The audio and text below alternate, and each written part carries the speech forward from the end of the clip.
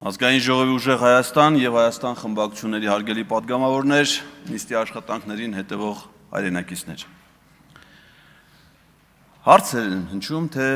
ինչու է ուժեղ Հայաստան խմբակցության ղեկավարը կայացրել այդ խորիմաստ որոշումը ստանձնելու խմբակցության կողմից եվրոպական ինտեգրման հարցերի հանձնաժողովի ղեկավարումը։ Քիչ առաջ նաեւ ներկայացվեց, թե ինչ կարծիք է հայտնել այդ կապակցությամբ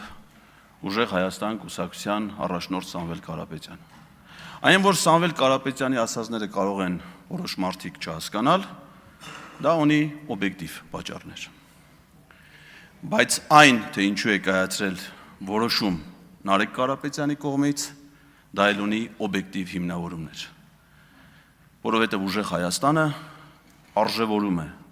աշխարհաքաղաքական բոլոր ուղղությունների, այդ թվում եվրոպական ուղղության հետ հարաբերությունները։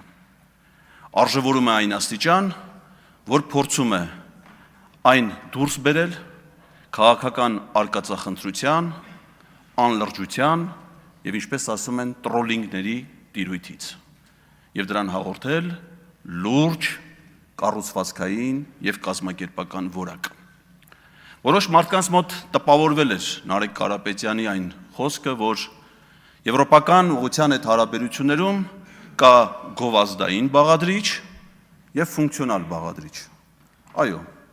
գովազդային հարթությունում կարծես թե ամեն ինչ նորմալ է։ Եթե նայենք լուսանկարներին, տեսանյութերին, բարբերաբար կատարվող այցելություններին, իրար ցուցադրվող սրտիկներին, եւ ինչու՞ չէ նաեւ կախարդական 7 ծիրանից պատրաստված ծիրանի ջեմին, ապա կարծես թե ամեն ինչ նորմալ է։ Իսկ երբ որ գալիս ենք այն հարթություն, որտեղ կայացվում են լուրջ որոշումներ, ոնց որ թե ամեն ինչ անլուրջ է։ Այնպիսի տպավորություն է ստեղծվում, որ Հայաստանի եվրոպական համագործակցությունը նոր է սկսվում։ Եվրոպական համագործակցությունը դա միայն եվրոպական միությունը չէ, գոյություն են համաեվրոպական բազմաթիվ կազմակերպություններ։ Օրինակ ԵԱՀԿ-ին Հայաստանի անդամակցությունը եղել է դեռևս նախագահ Լևոն Տեր-Պետրոսյանի պաշտոնավարման շրջանում 1992 թվականին, Սևծովյան տնտեսական համագործակցության կազմակերպության 92 թվականին նախագահ Տեր-Պետրոսյանի պաշտոնավարման շրջանում։ Իդեպ չունենալով Թուրքիայի հետ դիվանագիտական հարաբերություններ, մինչ օրս եւ այդ պահից ունենք կանոնավոր ստացիոնար դիվանագիտական ներկայացություն Թուրքիայում։ Եվրոպայի խորհրդին Հայաստանը անդամակցել է նախագահ Ռոբերտ Քոչարյանի պաշտոնավարման ժամանակաշրջանում։ ՍԵՊԱ-ի հետ համաձայնագիրը կնքվել է նախագահ Սերժ Սարգսյանի պաշտոնավարման շրջանում։ Հիմա գանք Եվրոպայի խորհրդին, համաեվրոպական ամենաֆունդամենտալ քաղաքական կազմակերպություններից մեկին, որը խարսված է մարդու իրավունքների, իրական ժողովրդավարության եւ օրենքի գերակայության արժեհամակարգի վրա։ Հայաստանը Եվրոպայի խորհրդին անդամակցել է Ադրբեջանի հետ միաժամանակ եւ չնայած որ Ադրբեջանի այս արժեքային տարբերությունները Հայաստանից այդ պահի դրությամբ անհամեմատ էին, որոշում կայացվեց երկու երկրների միաժամանակի անդամակցությունը պայմանով, որպիսի Լեռնային Ղարաբաղի խնդիրը այդ երկրները լուծեն բացառապես խաղաղ բանակցությունների միջոցով։ Դա նախապայման էր եւ Հայաստանի եւ Ադրբեջանի Եվրոպայի խորհրդին անդամակցելու համար։ Անկախ դրանից Արցախի նկատմամբ ադմինիստրատիվ հսկողությունը հայկական կողմից է թե Ադրբեջանի, բոլոր ժամանակներում Արցախը եղել է Եվրոպայի խորհրդի տարածք։ Եվ ինչ է տեղի ունեցել 21-րդ դարում Եվրոպայի խորհրդի տարածքում հրահրված պատերազմ, Արցախի ժողովրդի ցեղասպանություն եւ բռնի տեղահանություն։ Ես ուզում եմ հասկանալ, սա տեղավորվում է արդյոք մարդու իրավունքների, ժողովրդավարության եւ օրենքի գերակայության հետ։ Ոչ։ Իսկ հայկական կողմը, հայկական դիվանագիտությունը ինչ ջանքեր է գործադրել ադրբեջանական այդ հանցագործությանը եվրոպական արժեհամակարգի տեսանկյունից պատասխան տալու համար։ Մենք հուսով եմ կլսենք երբևէ Եվրոպայի խորհրդի խորհրդարանական վեհաժողովում հայկական պատվիրակության ղեկավարի նույն ինքը հայ-թուրքական գործընթացում հայկական կողմից ապօրինի կերպով բանակցողի հաշվետվությունը ազգային ժողովին։ Եվրոպական միություն։ Այդ կազմակերպության հետ Հայաստանը համագործակցել է բոլոր ժամանակներում։ Չի եղել մեկ ծրագիր, թեկուզ մեկ ծրագիր, որ Եվրոպական միություն առաջարկի Հայաստանին եւ Հայաստանը մերժի կամ վերապահումներ ունենա դրա նկատմամբ։ 10-ի ծրագրերով, Արևելյան գործընկերության ծրագրերով, Եվրոպական միության այլ ծրագրերով բարեփոխումների է ենթարկվել ամբողջ ժամանակաշրջանում մեր կրթական համակարգը, արդարադատության համակարգը, հանրային կառավարման համակարգը, տեղական ինքնակառավարման համակարգը, ներդրվել են հակակոռուպցիոն բոլոր ինստիտուտները, կոռուպցիայի կանխարգելման հանձնաժողով, Բոլոնիայի գործընթաց եւ այլն։ Այդ ամենը Եվրոպական միության հետ մեր համագործակցության արդյունքներ։ Իսկ այդ համագործակցությունը 2017 թվականի նոյեմբերի 24-ին ամրագրվել է ինստիտուցիոնալ ամենաբարձր մակարդակում, ՍԵՊԱ-ի համաձայնագրում։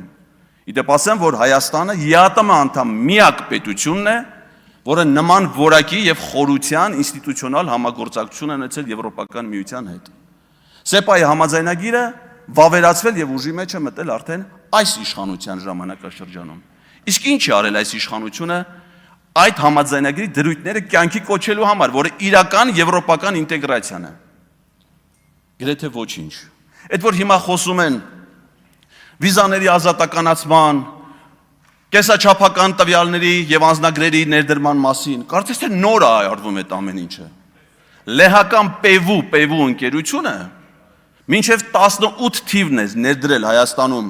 այդ համակարգը, տպագրում եւ հայկական կողմին էր տրամադրում կեսաչափական անձնագրերը, որ 19 թվականին դուք չեղարկել եք։ Իսկ հիմա վիզաների ազատականացման գործընթացի բանակցության արդյունքը այն է, որ վիզաների մերժումները շատացել են, հերթերը մեծացել, տուրքը ավելացել, իսկ Հայաստանի քաղաքացիները համատարած արտաքսվում են եվրոպական երկրներից, որովհետև այդ գործընթացի կարևոր բաղադրիչը ոչ օրինական կարգավիճակ ունեցող քաղաքացիների հետ ընդունումն է, ինչը Հայաստանը վաղուց սկսել է իրականացնել։ Այս ձևով եք դուք ուզում մեզ ներկայացնեք իբր ձեր եվրոպական ինտեգրացիան, այդպիսի ինտեգրացիա չի լինում։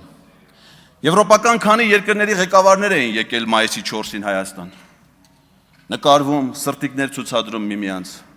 Ուրեմն հարցրեք նրանցից որևէ մեկին, քանի եվրոպական վերազգային ընկերություններ են այս 8 տարիների ընթացքում ներդրումներ կատարել Հայաստանում։ Ես դրանցից ոչ մեկին չեմ հիշում։ Արդյոք ավելացել է Հայաստանից Եվրոպական միություն հայկական ապրանքների արտահանումը։ Դա չէր կարող լինել, որովհետև այս իշխանության օրոք վերացվեց GSP+ առևտրային ռեժիմը, որը հիմա քաղաքական պատճառներով վերականգնելը համարում են ձեռքբերում, փորձում են ներկայացնել որպես ձեռքբերում։ Բայց այդ ռեժիմը գոյություն ուներ վաղուց եւ հայկական 7000 մոտավորապես անվանում ապրանքներ, ինչպես նաեւ ծառայություններ առանց մաքսատուրքերի արտահանվում էին Եվրոպական միություն։ Ես էլ չեմ խոսում քաղաքական համագործակցության մասին, որը բարձրացված էր շատ բարձր մակարդակի։ Իսկ հիմա մենակ խոսքեր, հաճախոսություններ եւ ուրիշ ոչինչ։ Այսպես եվրոպական պետություն չի կառուցվում։ Եվրոպական պետություն կառուցելու համար լուրջ մոտեցում է պետք ցուցաբերել։ Իսկ այդ մոտեցումը